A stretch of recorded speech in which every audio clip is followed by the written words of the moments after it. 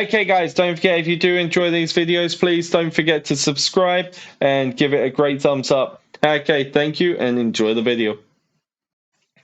Good morning, good evening, or good night, depending on what time you're watching this. It's Nathan here, and it's time for my newest video. What is up, Self Squad? How's everyone doing tonight? Welcome. Okay, I'm just going to make a guide for the new players of State of Survival and also some of the existing players on what they should be focusing on gear and stats. Now, one of the key things which new players need to realize is that every single time you level your chief level, you do get a replenish of your stamina. So people really try to take advantage of this during the Travis events. If you've made a brand new account, you try and save up all your chief levels, and then on day 3 or 4, when the Travis event actually opens up, you just smash it, you keep refreshing that stamina, and you just keep hitting it over and over again. Now, that's a great thing for new players to actually be doing to accumulate speed ups. Now, next thing, a lot of people do tend to put their general speed ups on troop training. Now, I highly advise against this. Do not put your general speed ups on troop training. Now, it's nice to have a massive amount of troops, but do you know what's nicer? Having really nice stats.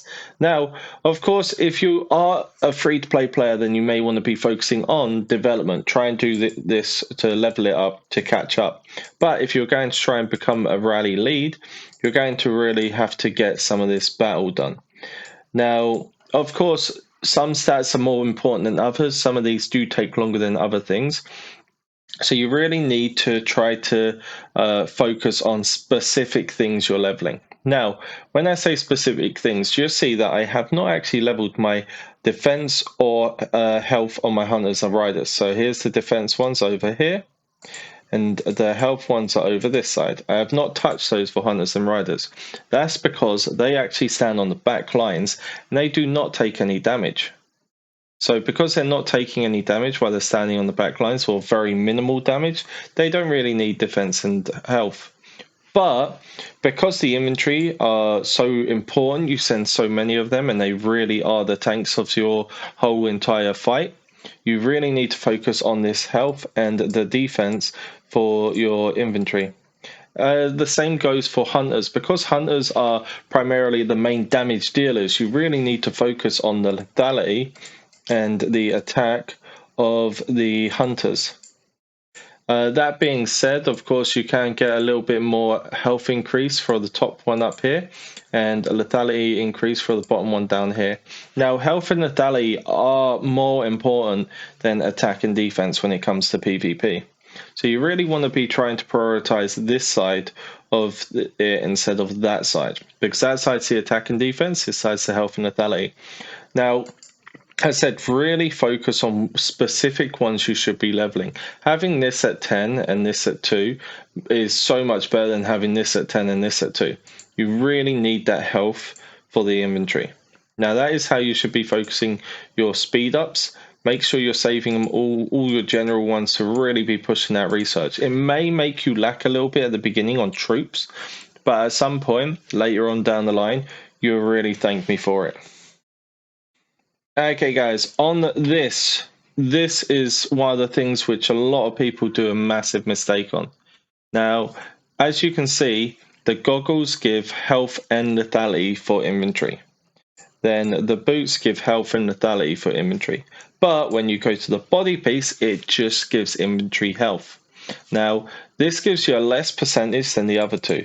The reason why I believe this is because, of course, inventory health is so much more important than inventory lethality.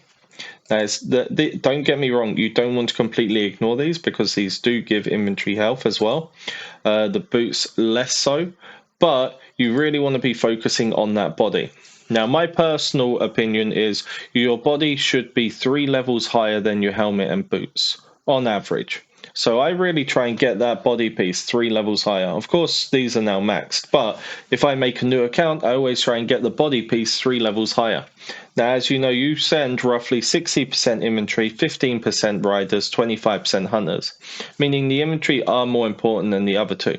So I try and get the infantry about 2 or 3 levels higher than I get the hunters. And then after that, I get the hunters at least 2 levels higher than the riders.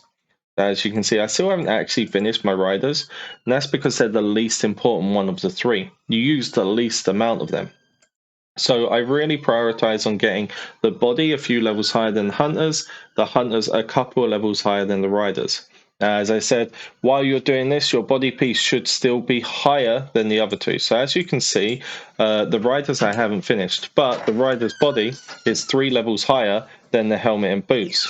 So I really try to prioritize getting the body piece at least 3 levels higher. You should do that for all three of the different types of troops and slightly scatter them as you go through them.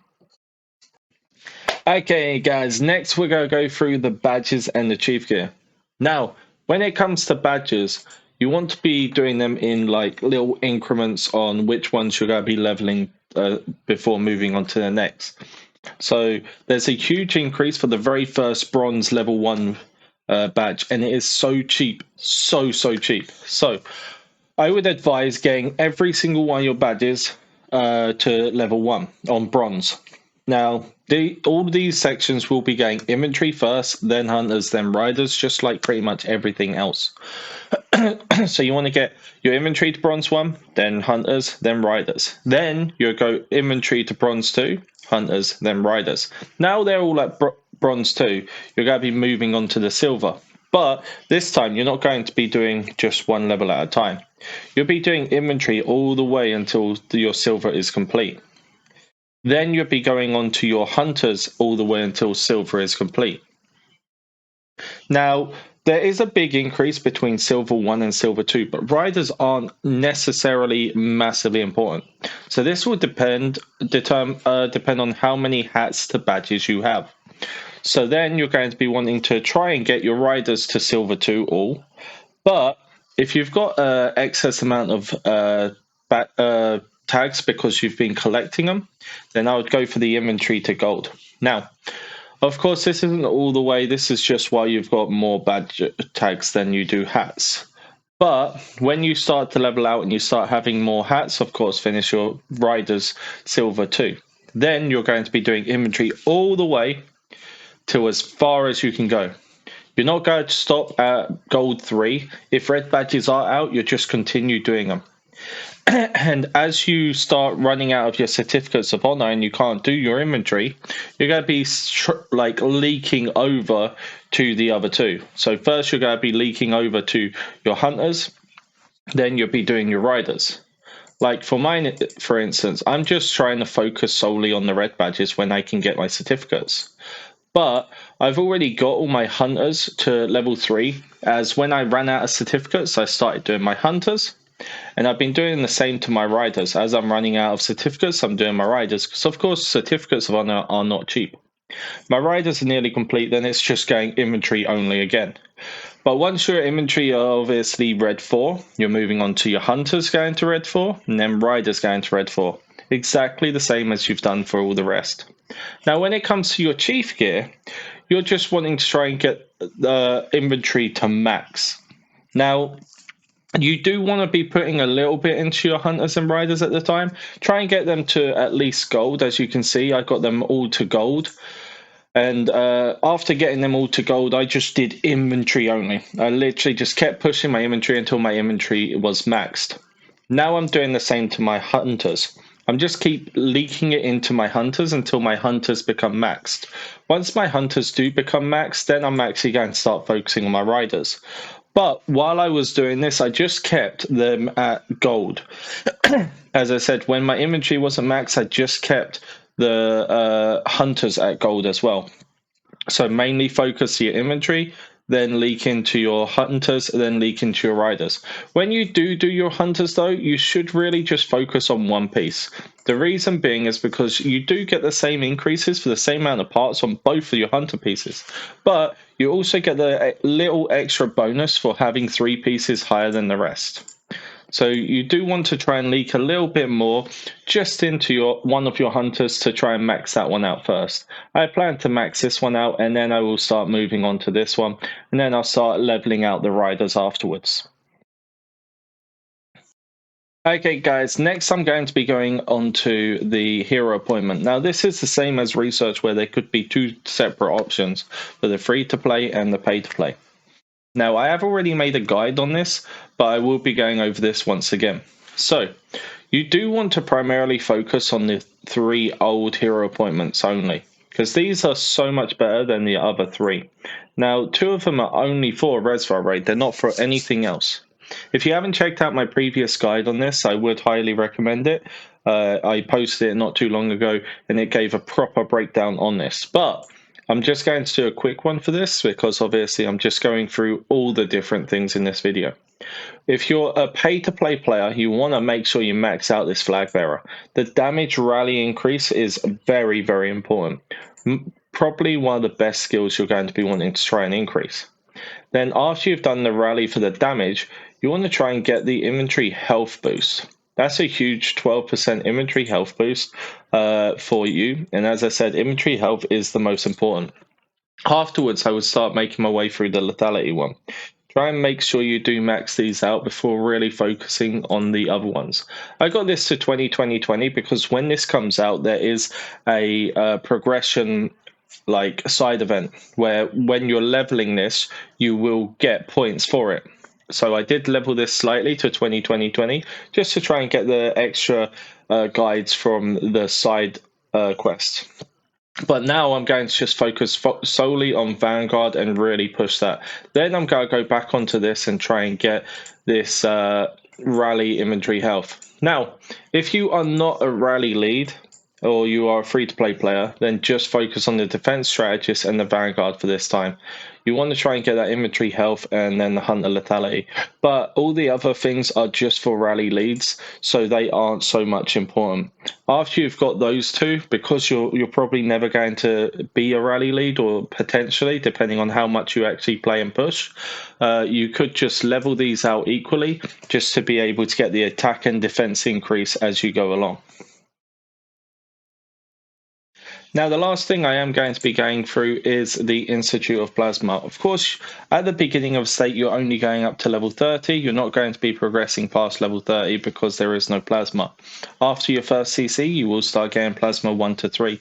So you still won't have the Plasma Institute. You just slowly go along getting your plasma. I would not recommend getting plasma 3 at the beginning. Now, stats are more important than getting plasma 3. It's nice to be a filler, but it's not a necessary thing.